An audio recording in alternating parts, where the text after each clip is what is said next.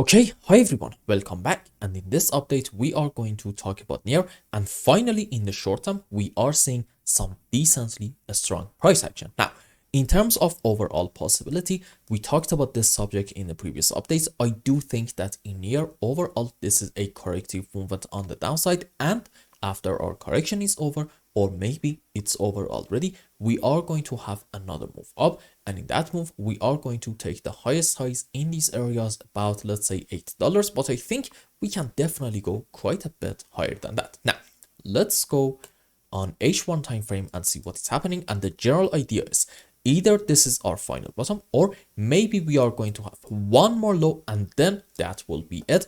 And if we are going to go according to the bearish possibility, this low is not actually going to be that much lower from here. Why is that? Because in terms of classic TA, there is a very strong support in here from weekly and daily time frame at the same time, between 1.9 to about $2, and I do think this support is going to hold in case that we are going to get another move down, and it's going to send us up to start another beautiful phase of the bull run. Now, in the short term, I was saying in near, if we get some strong price action, at that point, I am going to be open to the possibility of the final low being already in, and we are seeing right now a decent move on the upside, starting from here about 2.7 to about this point around, let's say $3. Now, let's go around here. Okay, you see, if you want to argue that our final low is going to be in around this area, let's say this is like a very important support, okay, you need to be able to find off of the lowest low a 1,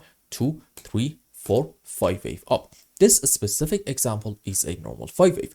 Rules for it are we should not have overlapping of the waves between wave 2 and 4, and in any kind of impulsive structure, this is very important. Wave 3 under any kind of circumstances should not be the smallest wave, and for our sub waves, you probably know what I'm about to say in case that you are a regular viewer of the main channel. We need to be able to find 5 wave up into wave 1, 3, and 5, okay, and for wave 2 and 4 we can have different counts, doesn't really matter that much. Let's say, yeah, ABC into 4 and a WXY into wave 2 right in here. Now let's go on the live chart and see, can we identify a 5 wave up with all the sub waves off of the lowest low or not, and what is going to be the invalidation point for any kind of possible bullish scenario that we could find in here. So first things first, let's put the chart on regular scale and measure this move up starting from here to about this point. Is it bigger than this move? As you can see, by a very small margin, it seems like that. No, it's not actually bigger.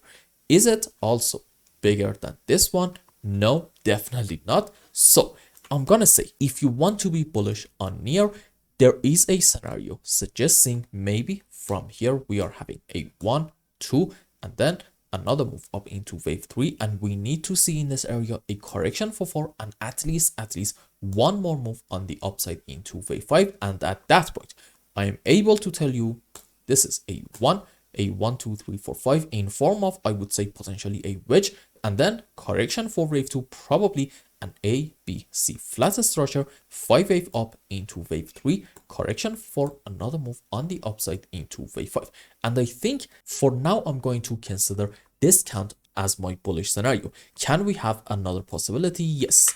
I can also tell you that maybe starting from this point, this is 1, 2, and then wave 3 and 4 and 5, and it might be into a larger degree wave 3, correction for 4, another move up into wave 5. This is also possible, but one way or the other, the outcome is pretty much the same, meaning we need to see in here some consolidation pattern in here, and at least one more decent move on the upside, and then, okay, I'm going to be open to the possibility of having a move on the downside, kind of a deeper move. Now, any kind of bullish or bearish scenario should have a very important invalidation point. And what's it going to be for all of these possible bullish cases that we could find in here in near?